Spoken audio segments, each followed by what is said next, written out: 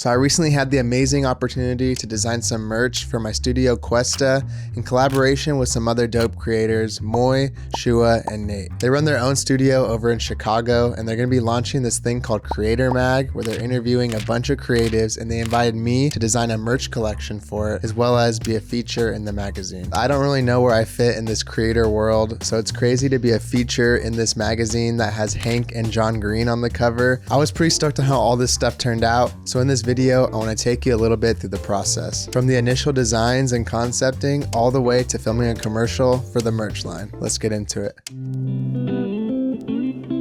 So to start this project, I did a call with Nate and Moy from the Powder Blue team, and they also pitched me some concepts for this whole merch collaboration. This initial design, Moy really liked. It was my Keep It Moving design. It came from this entire collection right here, where I just printed a bunch of different what I called like sticky note affirmations. So I printed all these little graphics on sticky notes, and they were in like a carousel. The designer at Powder Blue, Moy, really liked this one. So when I started working on the designs, I went and I took that and I expanded on it like this.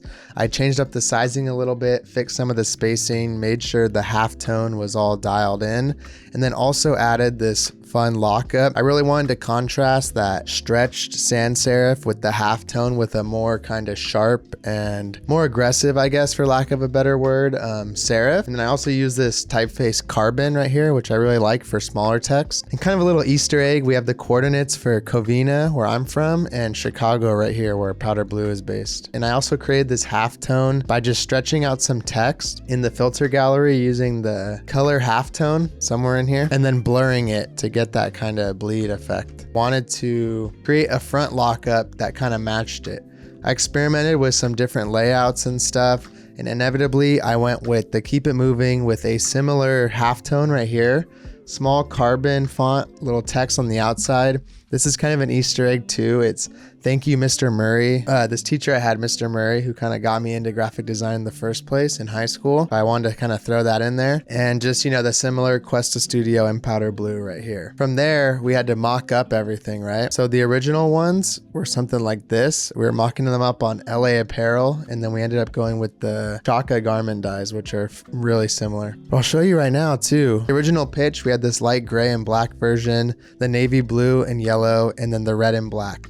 Ultimately, we were only able to produce 2 colorways, so we went with the Chicago red with the red and black, and this kind of yellow and blue to call to the Golden State of California. And this was the pretty much final design that I had mocked up here in the original presentation back to the team. In addition to the shirts, we created a playlist called Keep It Movin', which has a bunch of dope just music. Obviously starts with Keep It Movin' by Tribe Called Quest, but there's also other stuff in here like Turnstile, Never Ending Game, Diana Ross, Kate Renata, mix of a bunch of different stuff. Build in tandem with that, I designed these little bumper stickers. So I use the same design style from the shirts to do Keep Honking, I'm Listening to Cuesta Studio, and Powder Blue's Keep It Movin' playlist. So the final designs and the shirts and everything were printed at this point, and everything was locked in. We just needed to work on the marketing. So Nate and Shua actually flew to my house in California to work on a little commercial marketing campaign and interview me to give a little bit more backstory, not only into this design, but my life as a designer and as a whole.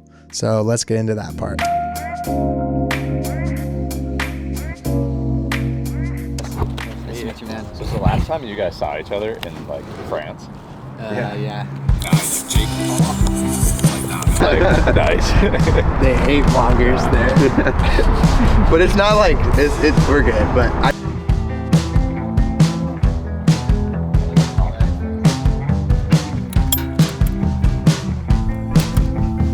oh, you're right, bro.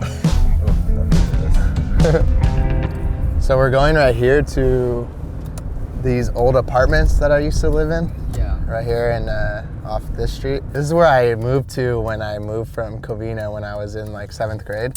Yeah. So this is my first time like living over here. I mean, it's just pretty much like significant because it's where I grew up, and when I first moved here, I actually was like super sad because I was going into like the 2nd year of middle school. Right. So I was like, I'm not gonna have any friends. Like, fuck San Dimas. Those people are all rich too. Like, I hate that. Like, I had that whole like me against the world, like angsty teenager attitude, you know? Yeah. But it ended up being like a really good thing because I met people who I liked even more than I knew before, and met like my partner and everything. So this was like the front of it right here, and then I used to always go to this basketball court, and there's a skate park too right here. Skate? Yeah, I used to. Not anymore. I feel like I'm too scared to get hurt now. It's weird being here. Like, it's cool to show it, but I'm also like, oh, I kind of hate this place at the same time. It brings back like those just memories. Yeah, but there's like good and bad, you know? Yeah. Like anywhere you live or anything you experience. Yeah. I feel like when I lived here too, it's like from like 7th, 8th grade throughout high school, I feel like that's one of the most emotional and like kind of weird times. And I had a lot of weird stuff actually going on too. So I feel like when you're that age though, it's all amplified because you're not old enough to like kind of even know how to handle anything. Yeah. You're just like kind of a kid still, like know what you're doing also at the same time. Yeah. B-roll here. Yeah. Get some shots at the basketball hoop real quick. I just think it's cool with like the like multicolored nets and stuff too. Yeah. Like a shot if you think like up. Yeah. Kinda. I'm down. We can do something right here too, I guess. But dude, we used to climb on these and like play tag and shit. We'd be running on these roofs. Shua, do you want to take the photos or? Okay. Yeah. You want to like up? You want to just like cheese it?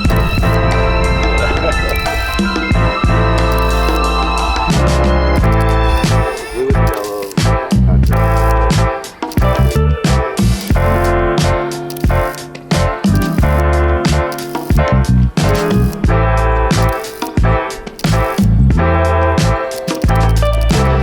Does this fool know where to go or is he following? I'm not sure.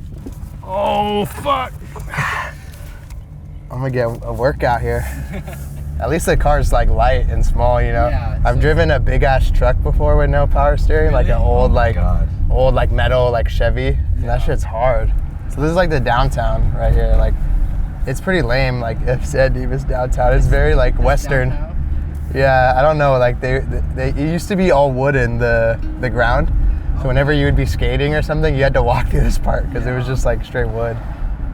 So right now we're going to this little park by the city hall. Once I moved over here, I feel like is when I was getting a little bit older. Like when I left Covina and I was more independent, kind of like raising myself. And I was telling them like, it's nothing special, but I would just sit around waiting to have someone be able to hang out or whatever. Like I just never wanted to be at home. I feel like I didn't have like a super stable home environment at the time. So you just always wanted to be outside and kind of like, even if there wasn't anything going on, I'd just be texting everyone like, you guys trying to hang out? Trying to hang out? Most people were busy until the evening. So I would just have my board right here. I'd be skating, chilling. They don't have these signs anymore right here. There was little signs on this thing right here. I have a picture of like the depravity stickers up on these light posts. Like these right here. Yeah. It is funny because it's not exactly like, oh, a homecoming. I haven't been here in forever. Because you do live so close by still. Yeah, but I don't like go. I don't go to these places anymore. Yeah, like I would hang out here mostly by myself too. Like this was when I was like a super angsty teenager, and I would just be sitting here like all mad, like yeah, like I just want to be on my own, like out in the city or whatever, like bullshit like that. But this is all new too. It's funny because yeah, I live here, but like I haven't even seen a lot of this stuff. Cause I just like go on my own little like routes and routine. Once you're not going to the same places anymore, you don't notice that they change them up. I used to kick it on that little thing. That's where we put the cigarettes in that little awning. Literally, this right here. Yeah, I mean, that's what I'm saying. Like, that's exactly the sentiment that all these places have. Like, is this the spot? Yeah. You're like, yeah, that's kind of the spot. Oh yeah, when I was a young kid, so me and my friend would meet up right here, and we didn't want to get in trouble, so we wouldn't even keep them on us. We put it in here. There's just like a little ledge. And then one day I came and they were gone, and my friend's like, yeah, I just realized like, I don't want to have to go to the park to smoke a cigarette. So I just took them home, and I'm like, nah, that's how we're gonna get addicted. And yeah, that I was for a little bit. Put it, yeah, like right here. Do you want to go to that food spot in Pomona? That would work. Do you guys like mariscos? Yeah, I'm down with that. I feel like I had a lot of issues with my mom and stuff growing up, and just a lot of drama going on with that. And I also feel like just quite literally, like I didn't like being at the house because like my mom would have shit everywhere. Like I would go, like my room would always be all like busted, and like she'd always be like having all this like crap. Like I feel like she was low-key like a hoarder or something. So like even just that, like I felt like it wasn't like a good place to like do anything, you know? Like even when I started getting my laptop too and like trying to work on like stuff or learn how to do design work or that, like I would just always go to like this Starbucks or whatever, like anywhere, just to kind of like sit there and do stuff. But I think it's, you know, it was kind of shitty, but I also think that the positives are I got a lot of like kind of independence, and I feel like by the time I went to college I already was pretty like secure in my own like personality and what I liked, and even something as simple as like knowing the major I wanted and never having to like second guess that too much was pretty cool.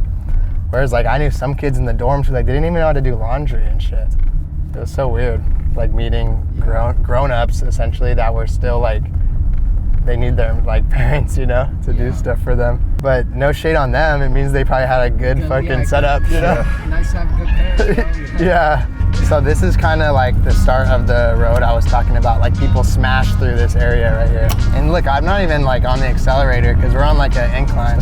So this fork's gonna come out of this. So like it's not a main road, but like we have to make sure there's not a lot of people on the behind us on this thing. Okay, so right now we're gonna get an action shot. This is like one of the ending shots where he kind of like peels off and goes into the open road. We're trying to get this shot real quick while traffic is medium-ish slow. So we'll see how this goes. I think we got the shot. What do you think? Was it? I mean, I got a pretty cool shot with this too, you know. Sick. That was great. What they have that's really good is these like shrimp tacos that are like flattened and they put like salsa and stuff on top. You're getting those, I'd say you want like 3. They have a ceviche, which is like a bunch of different fish and stuff on like a tostada. They have aguachile, which is like a more soupy version of that. They have this thing I like called the Poseidon, which is a giant ceviche with octopus and this spicy sauce and all this. But so this spot was, I've just always heard of it. All right, run it back. AI.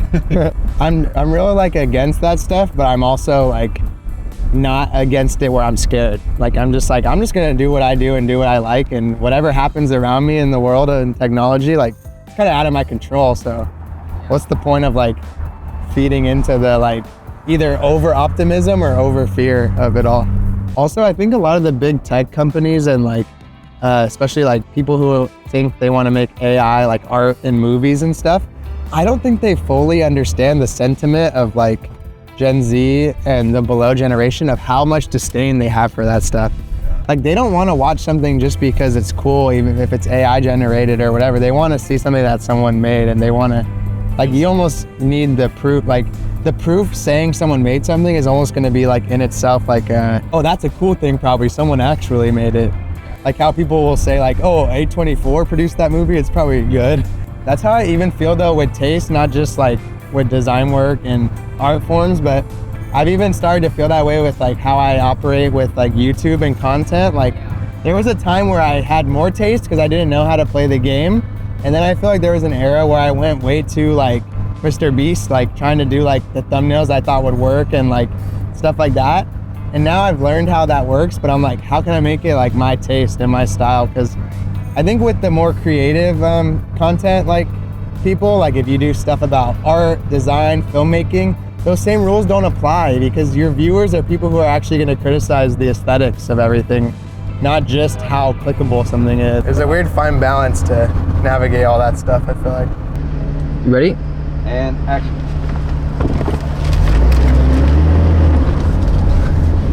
That's good. Not that was much perfect. room, you know? No, that was perfect. We got that motion though. He's probably gonna want to do it one more. I'm surprised that you guys have done everything so like, all right, good. Like, hopefully they're good because we've done like one try of everything. I'm used to people being like, I haven't done a lot of like stuff like this, but whenever I have, it's like, all right, 10 more times. No, just one more safety for safety. Yeah, just so we can see it. They always say something like that.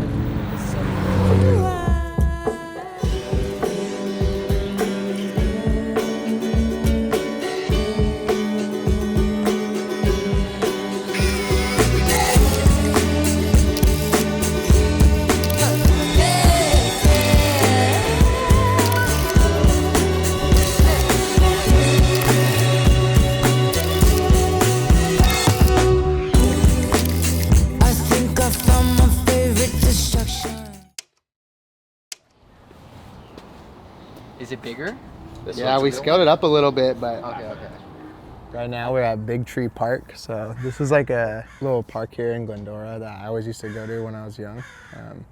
Especially like I think my grandma first brought me here. Do you think you're set here? Like, yeah, this is where I see myself living for the rest of my life? It's really hard for me to not think about like everything I ever do in like a very nuanced way, because I feel like I have a hard time making decisions, and I'm like, in one way this, in one way this. Like in one way I feel like I'm pretty young and I can still change that path, and maybe I will go somewhere or somewhere else. But then in another way, like I have a established partner, and like we have this really cool spot we're living in, and like everything is good. So I wouldn't want to change it because it's not good. It would be purely just to change it, and I don't know if that's always good or not.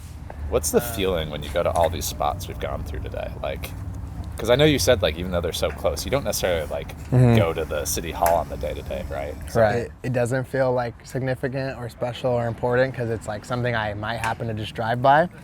But doing it in that perspective did made me like bring me back to some of those things. Like even sitting at that park at the city hall, which was like arguably the least important or recognizable spot or like cool spot. Sitting there when I was doing that when I was like 15, 16, like this super angsty kind of like probably arguably like depressed now that I look back on it, and just kind of being in a whole different headspace that I am in now. It's weird to even get back into that. Like it felt like almost like I went and sat back into that body. Like when you play a video game and you're racing the lap, that's like that ghost self. And I sat there and I was like, damn. On one end, I was like, that kid was like, I felt bad for that kid that was dealing with that at that time. But I also, I'm like, damn, like so much shit has gone well since then. I feel like I lived so much of my life, like everything fucking sucks. And then shit started not sucking. And then I'm like, oh, well, maybe also it's because of how I was looking at stuff too. Good shit did start happening. Bad shit still happens now. It feels good to go kind of back to those spots and reflect and be like, damn, we have done some cool shit. We is, I guess, me and me. I'm just saying we, the royal we, or whatever it's called.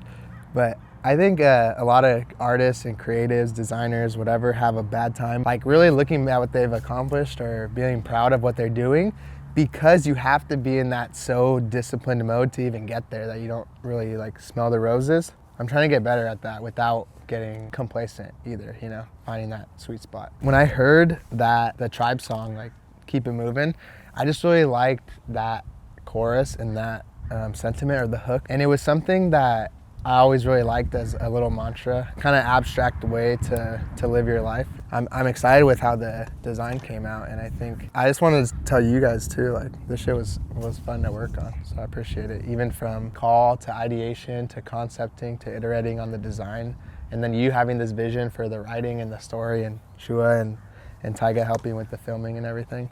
I think it'll be cool. I hope people mess with it. This is the kind of shit that I like aesthetically, so I hope people fuck with it too. I think what we're saying here is go collaborate and make creative shit with your friends because it's more fun. Yeah, it's chill.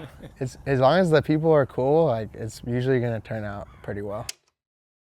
Here's one more final look at some of my favorite images and the t-shirts themselves. And these tees are printed on some high quality heavyweight Shaka blanks.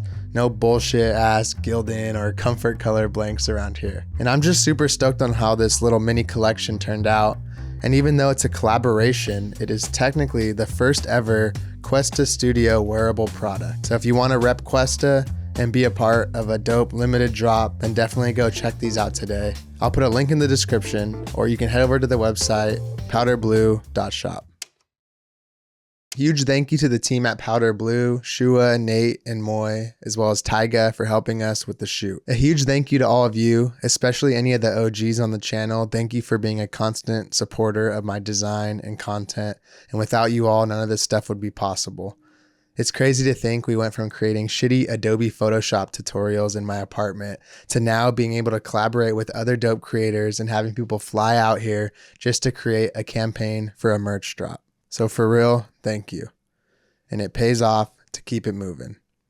That's it for now, and I'll catch you in the next one. Peace.